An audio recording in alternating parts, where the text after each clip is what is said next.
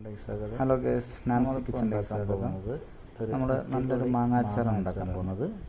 വേണ്ട ഇൻഗ്രീഡിയൻസ് മാങ്ങ ഒരു 15 എണ്ണം, കുറച്ച് വലുതായിട്ട് കട്ട് ചെയ്തത്, വെളുത്തുള്ളി, പിന്നെ ഉണക്കമുളക് ഒരു 20 എണ്ണം, ഇഞ്ചി കട്ട് ചെയ്തിട്ടത്, ഉണക്കമുളക് ഒരു 15, ഇഞ്ചി ഒരു 150 ഗ്രാം, ഒരു ചെറുതായി കുനുകുന അരിഞ്ഞത്, വെളുത്തുള്ളി ഒരു 50 ഗ്രാം ചതച്ചത്, ഒരു 2 ശർക്കര വഴറ്റിയെടുക്കുക, 100 ഗ്രാം മുളക് പൊടി, വെളുത്തുള്ളി, ഒരു 2 ടേബിൾ സ്പൂൺ മഞ്ഞൾപ്പൊടി വഴറ്റിയെടുക്കുക, 1 ടേബിൾ സ്പൂൺ കായംപൊടി, അതിൻ്റെ അകത്തേക്ക് ഇവയ്ക്കാണ് വേണ്ടത്. നമ്മൾ ആഡ് ചെയ്യുന്ന എണ്ണ 100 ഗ്രാം നല്ലെണ്ണ. എണ്ണ നന്നായിട്ട് ചൂടായിട്ട് അതിൻ്റെ അകത്തേക്ക് കടുക് ഇടുക. കടുക് ഇട്ടതിന് ശേഷം വറ്റൽമുളകും ഇഞ്ചി വെളുത്തുള്ളി ചതച്ചതും ഇടുക. പിന്നെ കുറച്ച് കറിവേപ്പില, അതിനും കൂടി നന്നായി വഴറ്റിയതിന് ശേഷം ശർക്കരയും അതിൻ്റെ അകത്തേക്ക് ആഡ് ചെയ്യുക. 1 ടേബിൾ സ്പൂൺ മുളക് പൊടി, മഞ്ഞൾപ്പൊടി, കായംപൊടി നന്നായിട്ട് മൂപ്പിക്കുക.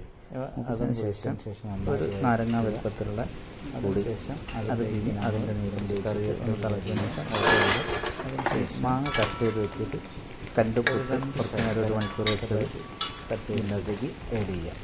പിന്നെ ആവശ്യത്തിന് നമുക്ക് ഉപ്പും കൂടി ചേർത്തിട്ട് തണിഞ്ഞ അരപ്പിൻ്റെ അകത്തേക്ക് ചെറിയ വേണ്ട ആവശ്യമില്ല. എന്നിട്ട് തണിഞ്ഞതിന് കുറച്ച് വലിയ വലിയ പീസായിട്ട് കട്ട് ചെയ്തിട്ട് അതിന് നമ്മൾ കല്ലുപ്പൊട്ട് കുറച്ച് നേരം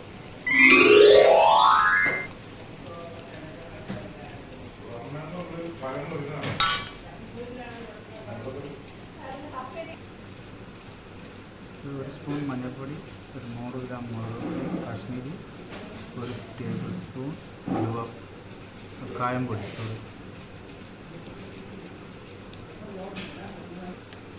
ഒരു പച്ചമാങ്ങ കട്ട് ചെയ്തിട്ട് ഉപ്പിട്ട് വെച്ച് കല്ലുപ്പിട്ട് ഒരു 15 മാങ്ങ,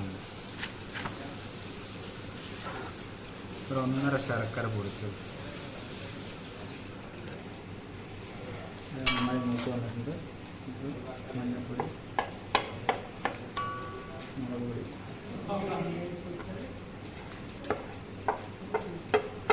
കായപ്പൊടി,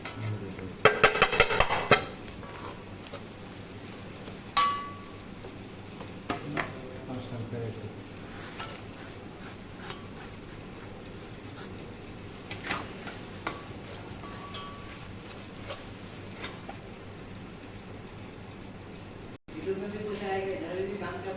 ഒരു നാരങ്ങ വലുപ്പത്തിൽ വാളം പൊടി, അത് പിഴിഞ്ഞിട്ട് ഇതിലേക്ക്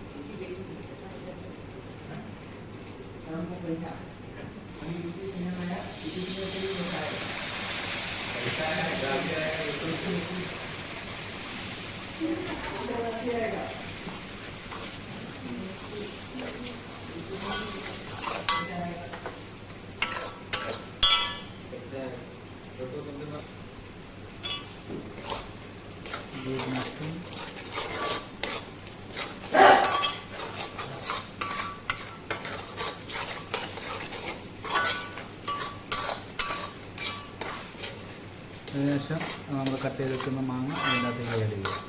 ഇത് ഓഫ് ആക്കിയതിന് ശേഷം നമ്മൾ ചെയ്യാൻ പാടുള്ളൂ.